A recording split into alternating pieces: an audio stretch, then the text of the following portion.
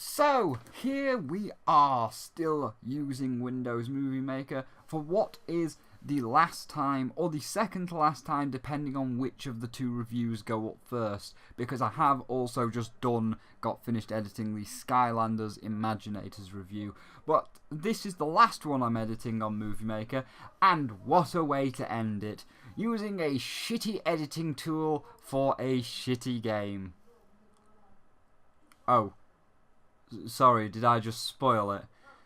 Yeah, the game is shit with no redeeming qualities whatsoever. But let's at least look at what caused it to end up the way it did. So, first we are going to play a little game. You want to play a game? I want to play a game.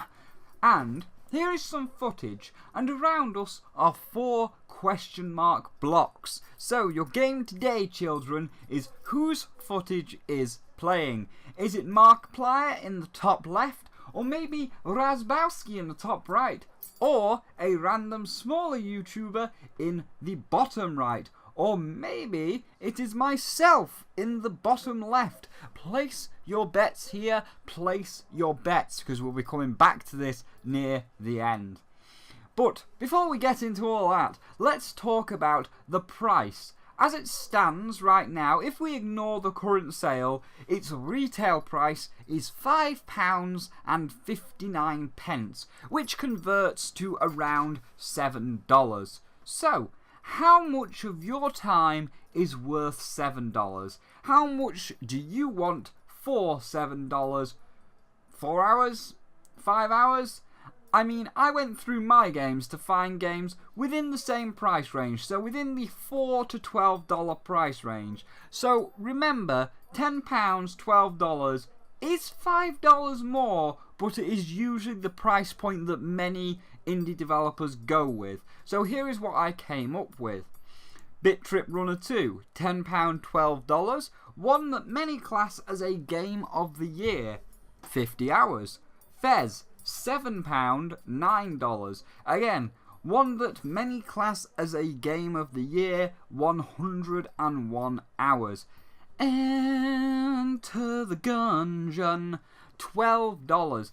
Taking huge channels like Northern Lion by storm, 64 hours. Isaac Rebirth, which keeps growing bigger and bigger, $12, 386 hours. And of course, Terraria, the same price as Sister Location at $7 with over 1,400 hours.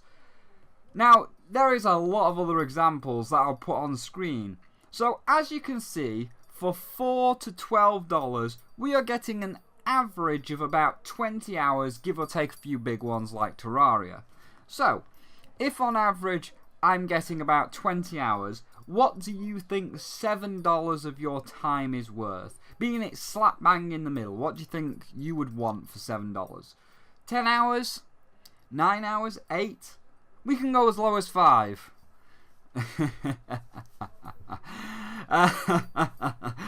Nah, your answer is wrong. Try 1 fucking hour. 1 hour. Maybe 2 at a huge push if you are going to dig around for all the Easter eggs. What's that? You think I'm making this up? Okay, here we go then. We are going to react to part 1 of Markiplier's video for night 1. And keep in mind, I will be pausing the video to talk about Markiplier, and Markiplier himself will be pausing to crack jokes. But imagine if neither of us were pausing to make jokes. Imagine if you did not have a YouTube and you were just playing the game normally without any pauses. Okay, so here we are on YouTube, ready to record. So here's the BanjoKazooie keypad. Keep that in mind. And now I'm going to show you how quick night 1 is, especially once you would cut out the loading screens. I'm not Benedict Cumberbatch. I'm Markiplier. Thanks for entering my name correct. Oh, Jesus. So right now he's descending in the elevator. you could easily have the elevator already at floor 1, but for whatever reason, despite the fact that there is no content in this game, it has to load the next room and the room after that in this really long ass loading screen. I've seen loading screens like this before in things like Jak 2, even though Jak 2 is not a real game and it doesn't exist, but shut up. So, here is night 1. We have now officially started night 1 at 1 minute in of my recording. So once he goes through that vent, it will be exactly a minute, because we're at 55 seconds, 56, 57, 58, 59, 1 minute. So he has now clicked, and we are now officially beginning night 1. So, start from 0 here, and we can show you exactly how long this is. Remember, Markiplier himself will be pausing to crack jokes, and I may also be pausing to commentate what he is doing. But you can also run in this vent, by the way. He is casually walking because, you know, he's listening to the voice. But once you get in here, this is where all of night 1 takes place. So we have 2 buttons in front of us. Obviously his face is a little bit distressed at the creepy animatronics that are lying around. But this is where most of night 1 takes place. As you can see on the left and on the right, we have these little podiums with a light bulb and an electric shock, and they will consist of all of night 1. I'd like to, for the viewers, I'd like for you all to keep in mind on my timer, we are now 1 minute into night 1. We are at 57 seconds, 58, 59, 2 minutes. So that has been 1 minute of night 1. So night 1 so far, 1 minute long. Keep that in mind. And now Markiplier is debating about how about we don't give them a controlled shot. Why do I want Dancy Pants to be mad at me? Oh, dude. Let's check the light again. I don't wanna. Why are you making me do this?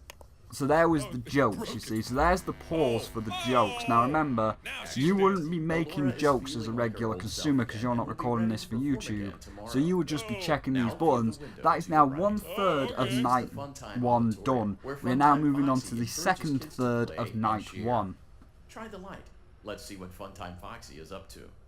Again, I don't know if I want to. If I know anything Again, about pausing angering for a any joke, but you would animatronic, normally it's just like press Foxy the light. is a big old bag of dicks and hates me. So there is 2 minutes just gone by in night 1. Again, I'm giving you all a timer. Night 1 so far has been 2 minutes long. Motivation to get the day started. Habooski! Oh, jeez. Maybe it's like And now he will Futurama, check they really like the this light stuff. again to make sure Foxy is on stage. He isn't. We give him another shock. Foxy will appear on stage, and that will be the second third of night 1 complete.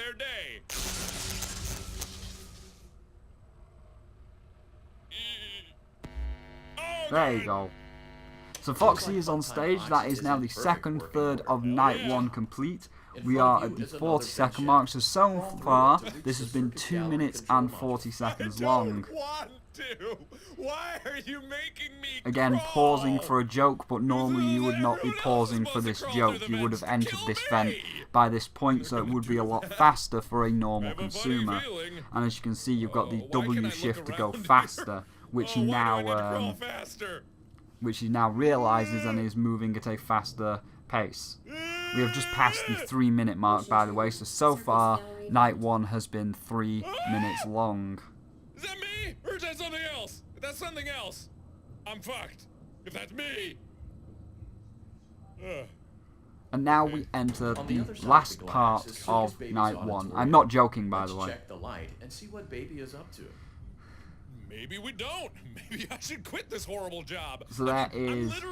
Never mind, he is pausing for another joke, but again, remember, you would not be pausing for a joke. You would be pressing that button straight away. So we have pressed the button, and there is your black screen. I will be bringing up the fact that the lights are broken, and we're going to be staring at a black screen a lot more in the review. But now we are at 4:58, 4:59, 5 minutes. Obviously, I had the minute intro. So far, night 1 has been 4 minutes long. And we have only pressed 3 buttons. And aside from seeing Ballora and Foxy behind the glass, we have not actually seen any animatronics. If you're thinking like that little magician on the desk is an animatronic that will come to life, he is not. It is just a decoration, that Balloon Boy puppet. Also, just a decoration, does not do anything.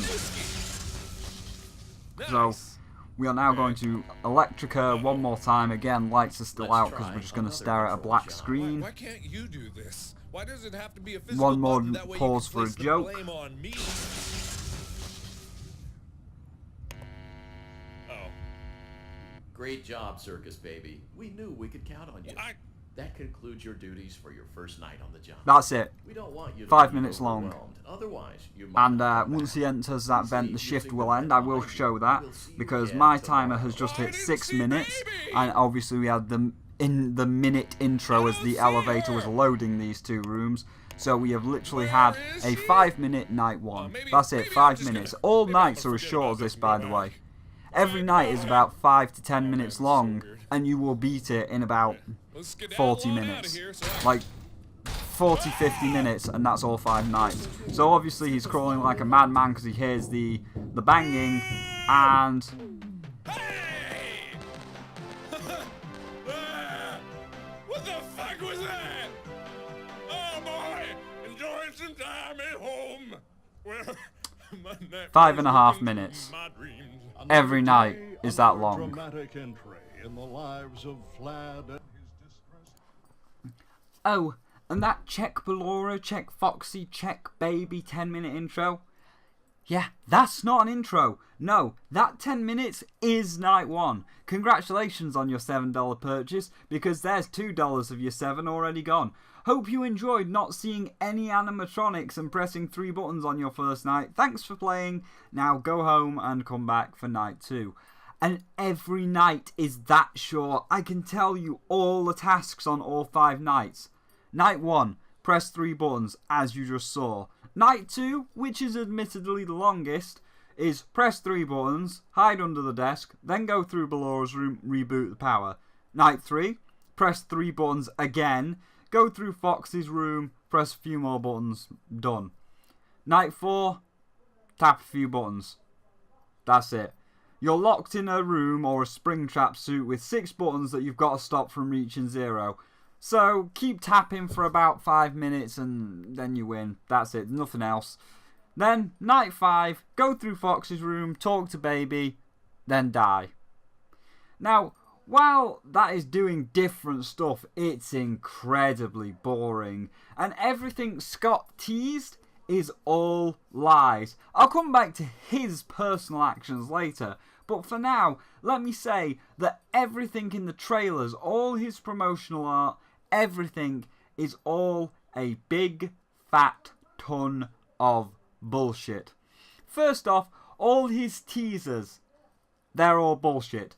These 7 little fuckers, yeah, there's not 7, there is only 1, and they never show up in the game. On the second night, if you listen to Baby's instructions and the giant on-screen instruction, and being that this is your first animatronic, you won't die, so you will never see this thing. Sorry, you will never see this thing, and there is only 1, not 7. Bullshit! This picture, this quote-unquote final boss, and how the text is written on screen where it's like, there is a little piece of me in every body, with it being purposefully spelt everybody. You know, like, he's put a little evil piece of himself inside all the animatronics. He's the one pulling the strings, and with Baby like talking to us and saying the bad is always left behind, you'd think that we're trying to help them and we're gearing up for the final boss and we've got to save them from this guy. No, total lie, total fabrication. We see him in the secret room and he follows us home. What, you waiting for a twist? No, there's no twist. You go into the secret room, play FNAF 1 by checking the cameras and the doors, and after it hits 6 AM, you go home, And, oh look, here he is. And it ends. That's it. He wasn't the final boss. He wasn't evil. Just 6 a.m. follows you home. So, total... That's a lie. Ballora in the trailer, having a promotional role in the trailer, and it taking time to zoom in on her and hint something more to her. No, there is nothing bigger. She is just another obstacle. Speaking of, let's talk about her and Foxy and how they're not in this 1 hour ghost train. Oh yes, they're not even in the game because everything is in fucking darkness. Because Scott is a lazy piece of shit that could not be asked to draw art for more than 3 rooms. So, we have the elevator, obviously, then display room 1 here, and display room 2 here. But after that, check baby's lights. Oh no, it's a black screen! Then we go into Ballora's room. Oh, maybe we can see her dancing on stage. Nope, her room's in total darkness. You wanted to get a good look round, see all of the tutus hanging from the walls and all the ballet bars and stuff that they stretch on. Nah, total darkness. In the power room next door, again, total darkness, barring Freddy flashing in the back there. And on Foxy's side of things, nope, just as bad. Because he detects movement, you see. Oh yes, if you move in the light, he'll see you and have your ass. So we had to have a fucking black screen. Total darkness, you're not getting to see the fox. And on his side, in the next room over, that is where you fix the robots. Yeah, again, you don't get to see anything. It's total darkness, barring Freddy or Baby, whichever one you're working on. So, if you were hoping to get a good look at Ballora or Foxy, nah, they're not important. Their rooms are in darkness, and if you want to see them, then you have to die on purpose just to get their jump scare. As if you don't, you never ever see them once.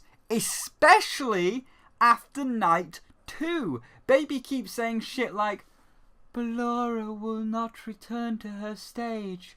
Ballora will not return to her body. Obviously not return to her body, being that it's just a robot man in a suit.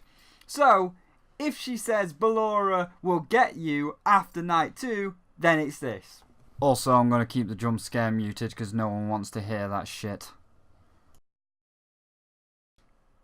Yeah, it's the generic robot man. It's not like anyone wanted to see the 2 more interesting characters. Nah, they're in darkness or not in their suits in the later nights. Then there is the voice acting, the big ass promotional piece. Let's again fix that. Yeah, there's voice acting for 2 characters. Yeah, there's only 2. That being your tour guide, who is now famous for exotic butters, and Baby. And that's it. Him and her will be our narrators for the evening.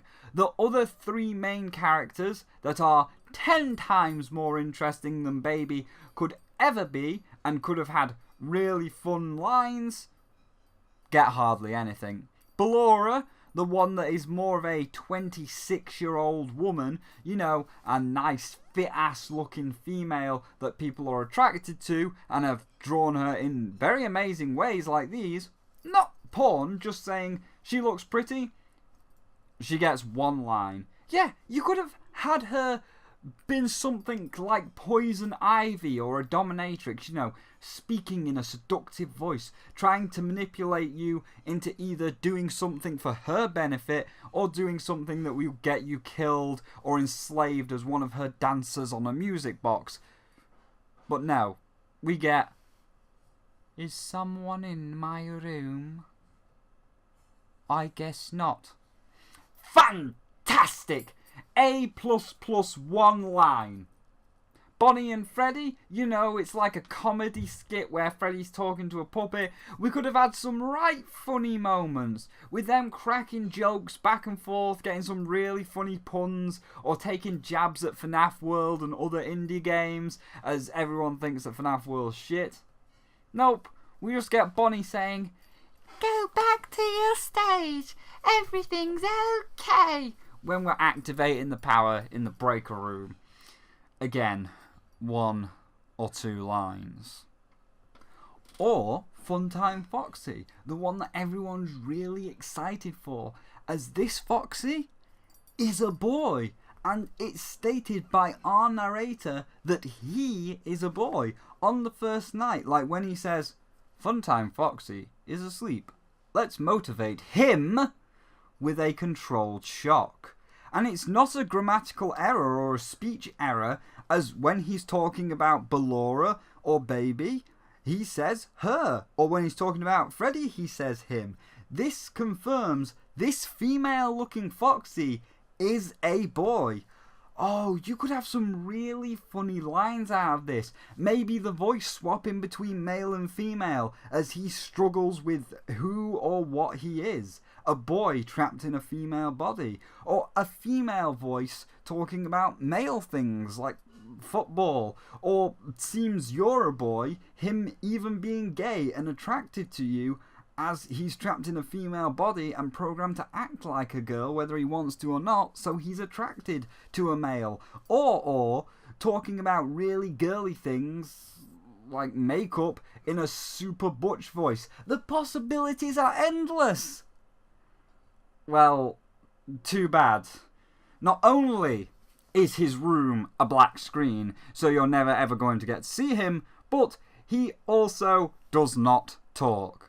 Not one line, not one sentence. So he might as well not even be in the game. Don't worry, Funtime Foxy, and or Mangle, if Mangle is you in the future, as there is no story because Scott gets MatPat to make it up for him. You're still my favourite. But hey, we did not have time to give a voice line to you because we were too busy trying to make the narrator hilarious by making him say wacky shit by stealing stuff from BanjoKazooie. That keypad is from BanjoKazooie or Conker. It is something from Rare or Playtough. I mean, just because Rare can slap googly eyes on things does not mean you can. I'll allow the cupcake, but this keypad does not even fit in with the rest of the decorum in this dark, dank place. Speaking of, it is broken, and the narrator is always auto-correcting you. It seems that you had some trouble with the keypad. No. I see what you were trying to type, and I will auto-correct it for you. One moment. Welcome, Eggs Benedict. I hope you enjoyed that joke, because it's the same every night. As iDubbbz says, it seems that you had some trouble with the keypad. No. I see what you were trying to type, and I will auto-correct it for you. One moment. Welcome, Eggs Benedict. I got comedy the first time. Mentioning his age the first time, I get it, dude. Fucking hilarious. It seems that you had some trouble with the keypad. I see what you were trying to type, and I will auto-correct it for you. Oh, cool. Thank you for choosing Angsty Teen. Second time, I'll give you a pass. Sure. It seems you had some trouble with the keypad. I see what you were trying to type, and I will auto-correct it for you. Dubstep. Thank you for selecting Casual Bongos. Seems you had some trouble with the keypad. I see what you were trying to type, and I will auto-correct it for you. Thank you for selecting Exotic Butters. Third, fourth, and fifth time, you're starting to become a fucking moron. Like the actual people you're trying to make fun of, you're parodying yourself. You do realize that. at one point, I feel like this was intentional for the narrator to be random. Yeah. It's all starting to make sense now. The broken keypad giving you a random thing? The hour-long runs? The 7 little shits on the cover when there isn't 7, there's only 1? It was supposed to be an hour long, because it was supposed to be a roguelike, if you will. Think about it. The broken keypad giving you a random thing every time. Does it not feel like there should be 10 random items for each time you play to make each playthrough different? Like, I could come up with 10 items right now on the spot. I see what you were trying to type, and I will auto-correct it for you. Thank you for selecting the gift basket of Exotic Butters. The gift basket of Pizza.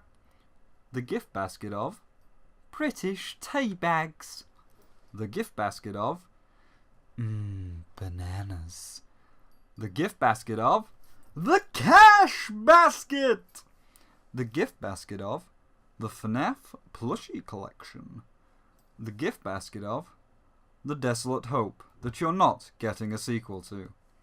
The gift basket of the Scarecam Let's Play collection. The gift basket of the cupcake basket. The gift basket of your very own Funtime Foxy suit. Now that's the prize that I would want to win. That's 10 playthroughs right there. Combine that with all the autocorrects for the voice. Again, here's 5. Thank you for choosing Angsty Teen. Thank you for choosing that one creepy, overly British voice of me, Electrical Beast, the Jolteon of Let's Play. Thank you for choosing Princess Molestia. Thank you for choosing the William Shatner voice. You must solve the puzzles. You must defeat the animatronics. If you don't, they will kill us both. Thank you for choosing the voice of Billy Mays here. You gotta give those animatronics a controlled shock to motivate them. But if one controlled shock is not enough, give them a second one. That's 2 controlled shocks for the price of 1. But I'm not done yet, because if you control shock them, they will get pissed and they will try to kill you. You've got nothing to lose and everything to gain with the sister location controlled shock. Combine that with the random names. Welcome, Eggs Benedict. Welcome, Scott Cawthon, you egotist. Welcome, Pepsi Man. Welcome, Scarecam Let's Play channel. Welcome, W Anchor. Yeah. And now from saying this, see it's only an hour long, and every room being in darkness, and half the animatronics not being seen, I have to feel that this was a roguelike that is now unfinished.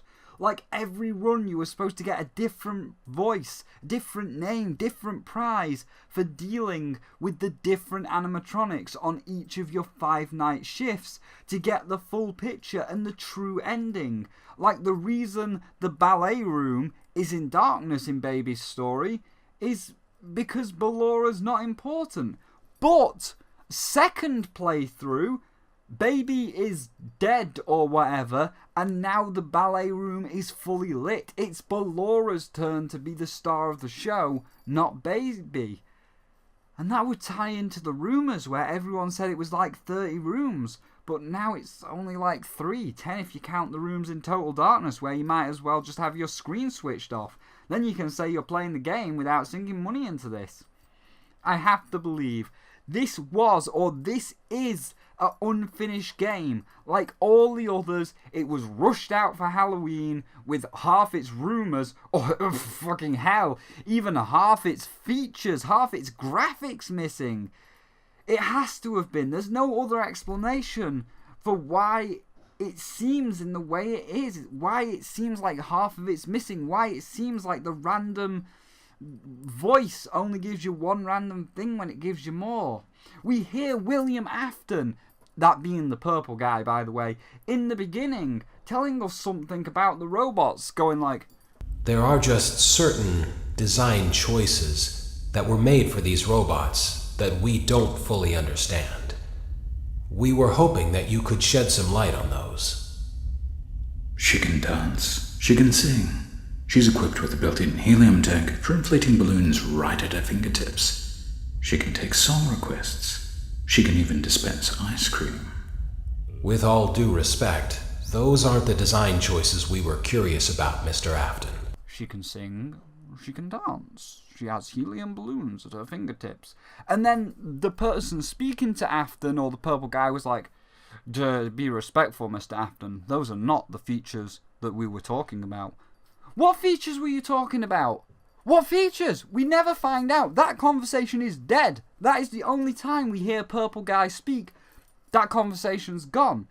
And it's because it's not finished. And I have to believe that if we did a second run through with Ballora, then, you know, you'd have the same guy saying what are the features, and then you'd have, or we'll use Foxy because Ballora sings and dances, but you know, what are the features of Foxy? And it'd be like, he teaches children how to share. He has a bushy tail.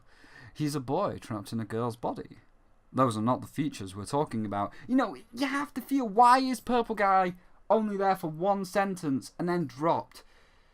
So yeah, that's it's not consistent. There's nothing consistent, and now it just feels like it's not been finished, being that they only get one line. But let's all be fair here. Scott Cawthon does not care.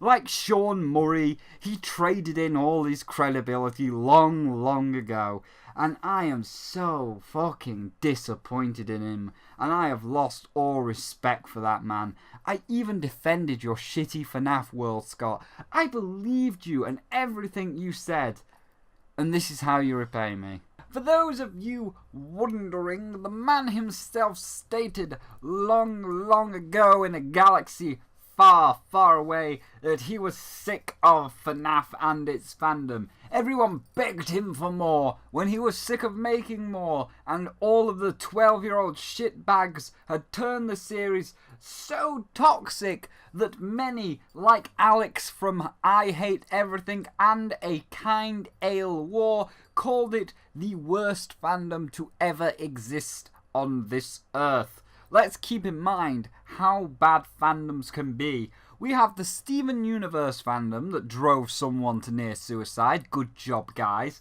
The Pony fandom, while wanting to promote love and tolerance, beating it into you in a dictator-like fashion, so you're going to be beaten into submission. You will like this show. You fucking will. You will love and tolerate, even if we have to hit you with the love stick.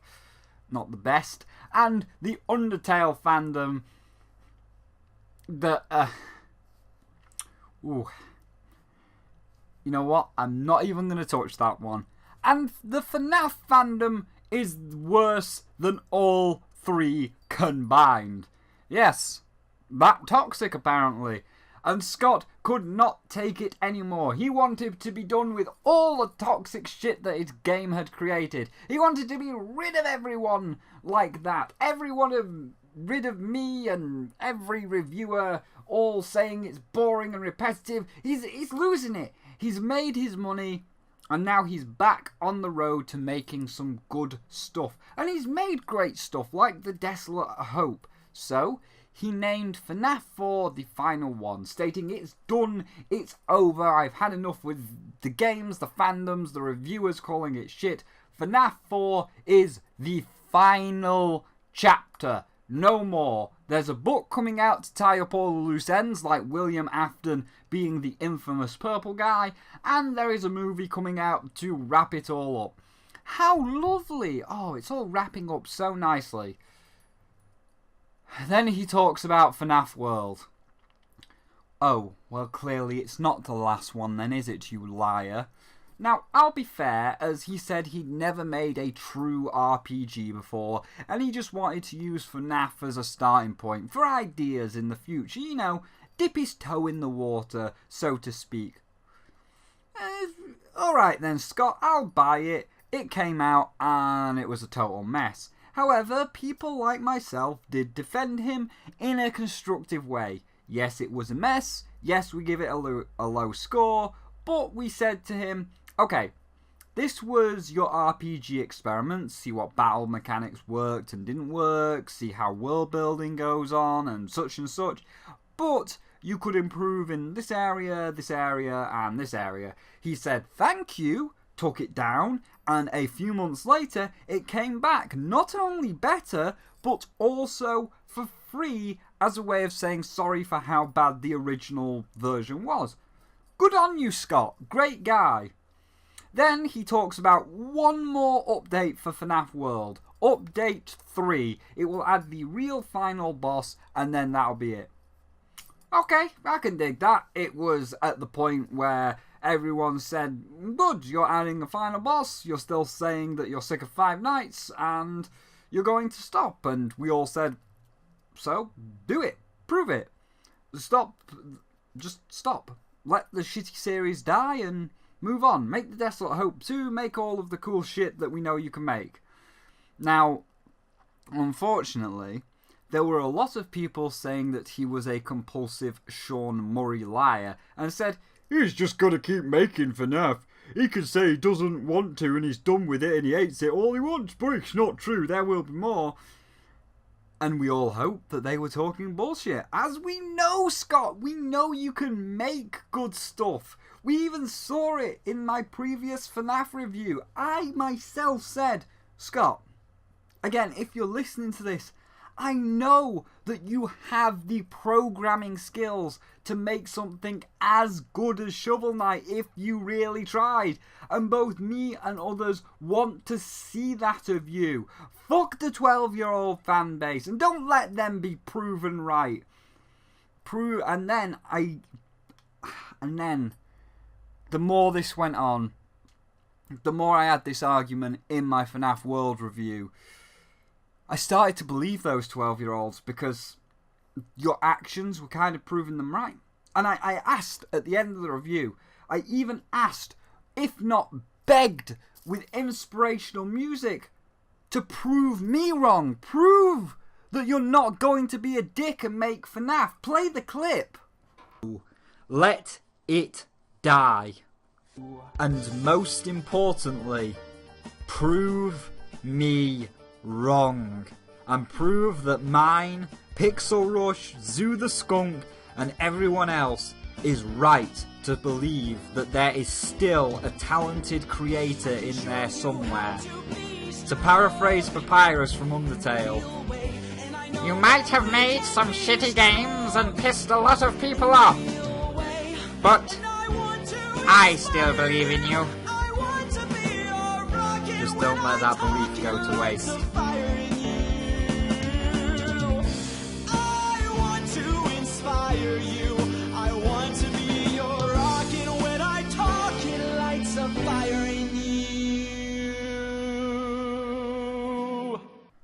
Well, it looks like me, Pixel Rush, and Zoo the Skunk, and all those 10-year-olds were unfortunately not proven wrong, and we were right about you. The talented man is no longer there, and all those inspirational speeches and videos have gone to waste. But hey, don't worry, Scott, you will always have your army of 12-year-olds saying how great your shitty Night Trap clones are, as well as people like Razbowski overhyping every little thing you do because you are sucking his dick to keep him saying good things about you. Oh, Scotty boy, Scotty, you beautiful man! Oh, Scotty, Scotty, baby! You did it! So innovative, so creative, so good! No, it's not, Raz. Stop white knighting him. It's not, and you know it's not. You know it's the same shit. You know that it's nothing more than what it's been for the past 4 games. Nothing more than a point-and-click adventure, basically point-and-click set pieces with a couple of jump scares. But hey, don't worry, Scott, because it's not like you will ever care. You traded in all your worries and dignity a long time ago, and any time it's faltering, MatPat will get you right back up there with the story that he pulled out of his ass. Speaking of, that'll be the last thing before the final verdict, and it's pretty quick because there is no story. I'm not joking. All of those secret backstories, no, they don't even show up. There's not even any of those little 8-bit minigames, barring one, which shows you one thing. Here's the full, whole story, Easter eggs and all. William Afton made baby for his daughter. Would not let his daughter near baby. Daughter finally gets near baby, and baby kills his daughter. He locked baby down here, and now she wants to use your body to escape. No, that's it. There's nothing else. How is Ballora, Funtime, Foxy, and the Wireman involved? They're not. That's not even part of the story. They're just obstacles. There is no story. And, of course, if there was a story to do with the Wireman and Funtime Foxy, that part of the story was dropped because this game is unfinished as fuck.